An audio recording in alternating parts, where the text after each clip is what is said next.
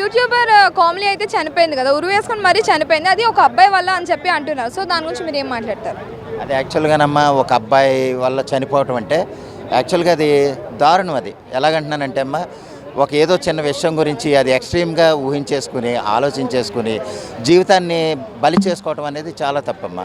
అది ఆ పిల్లలు కొంచెం మరీ సెన్సిటివ్గా అయిపోతున్నారా, లేకపోతే అంత బలం వాళ్ళ మానసిక శక్తి లేదో ఏమో చెప్పలేం. కానీ ఆ చిన్న విషయాలకు అంత తొందరపాటు వద్దనేది నా ఉద్దేశం.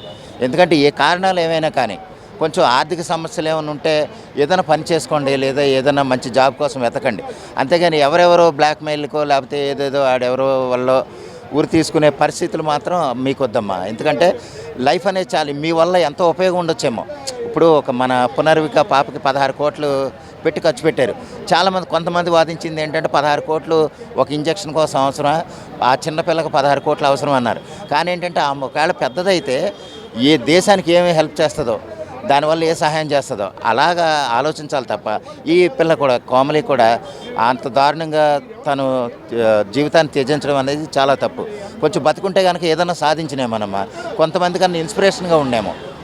అంతే కదా, ఆ అమ్మాయిని చూసి నేర్చుకునేలాగా ఉండి తిరగబడి ఎదురు తిరిగి నిలబడాలి తప్ప అంత ప్రాణాన్ని త్యజించేలాగైతే ఉండకూడదు అనేది నా ఉద్దేశం. ఏదేమైనా కానీ ఆ అమ్మాయికి నా తరపున నేను కండోలెన్సెస్ తెలియజేస్తున్నాను. అంటే ఈ మధ్యకాలంలో పిల్లలు కావచ్చు, లేదంటే పెద్దవాళ్ళు కావచ్చు, ఎవరైనా సరే పేరెంట్స్ గురించి ఆలోచించకుండానే ఇలాంటి డెసిషన్స్ అనేవి తీసుకోవడం ఎంతవరకు కరెక్ట్ అంటారు? అదేనంటున్నాను, అదే తప్పమ్మా. ఎందుకంటే మీ వెనకాల మీతోనే పోట్ల తల్లిదండ్రులు ఎంత బాధపడతారో, వాళ్ళు ఎంత క్షోభ అనిపిస్తారో అనేది తర్వాత ఎంతోమందికి సమాధానం చెప్పలేరు. మీ అమ్మాయి ఏటమ్మా అలా చేసింది అంటే రకరకాల వక్రీకరణలు వచ్చేస్తాయి అమ్మ. ఇది ఆ బాధలు వాళ్ళు పడకపోవటం కాదు, ఒక్కసారి అటువంటి పరిస్థితులు వచ్చినప్పుడు మీ తల్లిదండ్రులు మీ వెనకాల ఉన్న వాళ్ళ గురించి ఆలోచించండి. మీ నాన్నగారు ఎంత బాగా చూస్తుంటారు, మీ అమ్మగారు ఎంత బాగా చూస్తుంటారు, మీ అన్నయ్య మీ తమ్ముడు వీళ్ళంతా ఎంత ఆనందపడి ఉంటారు మీ విషయాలు. అది ఆలోచించి ఆ చెత్త విషయాలు వదిలేయండి. చెత్త విషయాలు వచ్చి తిరగబడేలాగా మీరు మార్చుకుంటే మీ తల్లిదండ్రులకు మీరు ఊతం అవుతారు, మీ తల్లిదండ్రులకి మీరు ఒక నమ్మకం అవుతారు. ఆ విధంగా మీరు ఎదగాలి తప్ప చిన్న విషయాలకి కొంచెం మానసిక స్థితిని కంట్రోల్ చేసుకోండి. ఎదగండి, తిరగబడేలాగా మీరు ఉంటే కనుక మీరు దేన్నైనా సాధించగలరు, దేన్నైనా వ్యతిరేకించగలరు. మీకు వచ్చిన ఆపదలు ఏముంటే కనుక దాన్ని అధిగమించగలరు. ఆ విధంగా ఎదగాలి తప్ప మానసిక స్థితి కొంచెం కంట్రోల్ చేసుకుని ఉండండి అమ్మా. మీ వెనకాల మీ వాళ్ళంటూ ఉన్నారన్న సంగతి మాత్రం మర్చిపోకండి. అంటే ఈ మధ్యకాలంలో ఎక్కువగా చూసుకున్నట్టయితే లవ్ వల్లనే ఇవన్నీ జరుగుతున్నాయి. అమ్మాయిలు కానీ అబ్బాయిలు కానీ ఎక్కువగా చనిపోవడం, చంపడం ఇవన్నీ అలా జరుగుతూ ఉన్నాయి. ఎందువల్ల అంటారు మరి? లవ్ ఫెయిల్యూర్స్ అమ్మా. అది యాక్చువల్గా ఒక లవ్ చేయటం, వయసులో ఉన్న పిల్లలు లవ్ చేయటం తప్పని నేను అంటలే. ఆ వయసు ఉన్నదే అందుకు కదా లవ్ చేయాలి, వాళ్ళు హ్యాపీగా ఉండాలి. అదే సమయంలో మీ వెనకాల ఒక తల్లిదండ్రులు ఉన్నారు, వాళ్ళు కూడా నచ్చజెప్పేలా చేయండి. కొంతమంది చనిపోయిందంటే కనుక ఆడెవడో సపోజ్ కొంతమంది ఈ వీళ్ళు ఎంతో ఆలోచిస్తారమ్మా. అమ్మాయికి అటువంటి వాడిని తేవాలి, నాకున్న పొలం అమ్మైనా సరే మంచి ఉద్యోగస్తుని తేవాలి, మంచి జీతగాడిని తేవాలి, మంచి కుటుంబం ఉన్నవాడిని బ్యాక్గ్రౌండ్ ఉన్నవాడిని తీసుకెళ్ళాలన్న ఆలోచనలు ఉంటారు. వీళ్ళు ఏంటంటే ఏదో లవ్లో పడి ఏదో ఇదవుతారు. ఆ విషయాన్ని ధైర్యంగా చెప్పగలిగి ఇంట్లో కూడా చెప్పగలిగి ఒప్పించగలిగితే కనుక కొన్ని ఇబ్బందులు తప్పుతాయి. దాన్ని వదిలేసి ఏమన్నా అనుకుంటారేమో, మా నాన్న చంపేస్తాడేమో, మా నాన్న తిడతాడేమో, ఆడిని ఏమన్నా ఇది చేస్తాడేమో, ఇటువంటి ఆలోచనలు వదలండి. ధైర్యంగా చెప్పండి. చెప్పలేదనుకో చెప్పండి. దానివల్ల అవుతుంది తప్ప మీరు మొత్తం ప్రాణమే పోగొట్టుకుంటే కనుక తర్వాత చాలా బాధపడతారన్న సంగతి మాత్రం మర్చిపోకండి. ఎక్కువగా ఇటువంటి సమస్యలు ఏదైనా సరే లవ్ విషయంలోనే వస్తాయి, లవ్ గురించి వస్తాయి. అంటే అటు తల్లిదండ్రులు కాదనలేకపోవచ్చు, లేదా అబ్బాయి ఏదైనా మోసం చేయొచ్చు.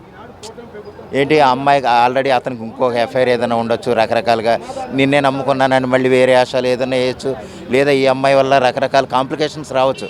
అధిగమించండి. వాటిని అధిగమించినప్పుడే మీకు విలువ ఉంటుంది తప్ప సాధించండి, ఒక గొప్ప మనిషిగా రాణించండి. ఇప్పుడు అలా చాలామంది ఉన్న వాళ్ళనమ్మ తర్వాత ఉద్యోగాలు చేసి తల్లిదండ్రులకు ఆదర్శంగా నిలిచిన వాళ్ళు నేను చాలామందిని చూశాను. ఒక లవ్ మ్యారేజ్ చేసి చెడగొట్టుకుని ఆ ఇంట్లో తెలిసి ఇలా తిరుగుతుంది, ఇలా పాడైపోతుంది మా అమ్మాయి అనుకుని బాధపడిన తల్లిదండ్రులే తర్వాత మారిపోయిందిరా, చాలా గొప్పగా ఉంది నా కూతురు, మంచి ఉద్యోగం చేస్తుంది, మాకు నెల నెల మాకు ఇంత పంపిస్తుందని ఎంతో తల్లిదండ్రులు గొప్పగా చెప్పుకున్న మనుషులు నేను చూశాను. అలాగే ఎదగండి అమ్మా మీరు, అంతే తప్ప మీరు చిన్న విషయాలకు మాత్రం మీ జీవితాన్ని మాత్రం నాశనం చేసుకోకండి. కరెక్టేనమ్మా, లవ్ మ్యారేజ్ చేసుకోవటం కరెక్టే, కానీ చేసుకునే ముందే మీరు కొంత ఆలోచించుకోండి. ఎలాగా ఆ అబ్బాయి మీకు ఎంతవరకు కరెక్టు, మీ లైఫ్ ఎంతవరకు అతనితో ఉంటే బాగుంటుంది అని ఆలోచించాలి. ఏదో కొంతమంది నేననేది అంటే కొన్ని ఈ మధ్య వ్యాలంటైన్స్ డే కొన్ని సందర్భాల్లో చూసిన ఇదేంటంటేనమ్మా, కేవలం ఏదో ఫిజికల్ అట్రాక్షన్ కోసం, ఫిజికల్ కమిట్మెంట్ కోసం ఇదవుతున్నారు తప్ప తర్వాత మన లైఫ్ త్రూఅవుట్ లైఫ్ హ్యాపీగా ఉండాలన్న ఆనందాన్ని వాళ్ళు చోట్ల వాళ్ళు ఎంతసేపు క్షణిక సుఖం, అది సుఖం చూసుకునేది వదిలేయండి కాసేపు. మగవాడు అన్నప్పుడు నిన్ను నమ్మున్నాడా లేదా, నువ్వు అతను నమ్మున్నావా లేదో చూసుకోండి. తర్వాత పెళ్లి చేసుకుంటే మీకు అన్నీ బాగానే ఉంటాయి, మీకేం ప్రాబ్లం లేదు. ఒకళ్ళనొకళ్ళని నమ్ముకొని ఉండండి, అప్పుడు జీవితాంతం కూడా లవ్ అనేది ఉంటూనే ఉంటుంది. ఆ పెళ్లి చేసుకో ముందు వరకే లవ్ కాదు, పెళ్ళైన తర్వాత కూడా సచ్చేందుకు కూడా లవ్ అనేది ఉంటూనే ఉంటుంది. దాని గురించి మీ జీవితాన్ని మాత్రం నాశనం చేసుకోకండి, అంతకంటే మనం పెద్దగా చెప్పవసరం లేదు. సార్, లవ్ మ్యారేజ్ చేసుకోవడం కరెక్టే అంటున్నారు కదా, మరి కుక్కర్లోని డ్రమ్ముల్లోని అవన్నీ పెట్టింది అమ్మాయిలే కదా, మరి లవ్ మ్యారేజ్ కరెక్ట్ అంటున్నారు? ఏదైనానమ్మా లవ్ మ్యారేజ్ కరెక్టే అంటే ఏదో 2-3 విషయాలు దెబ్బైనా మనం అన్నీ అలాగనుకోకూడదు. అదే సమయంలో చాలామంది లవ్ చేసుకుని పెళ్ళిళ్ళు చేసుకుని పిల్లలు కానీ ఎంతో హ్యాపీగా ఉన్న వాళ్ళని నేను చాలామందిని చూశాను.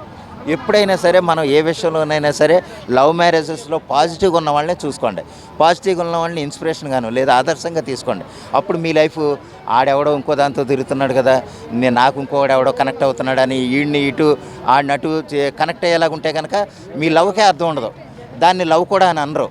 అందువల్ల ఏంటంటే లవ్ అనేది అంటే లవ్కి ఎంత విలువ ఉందో ఆ విలువగానే మీరు ప్రవర్తిస్తే కనుక లవ్ అనేది మీరు జీవితాంతం ఎంజాయ్ చేస్తారు.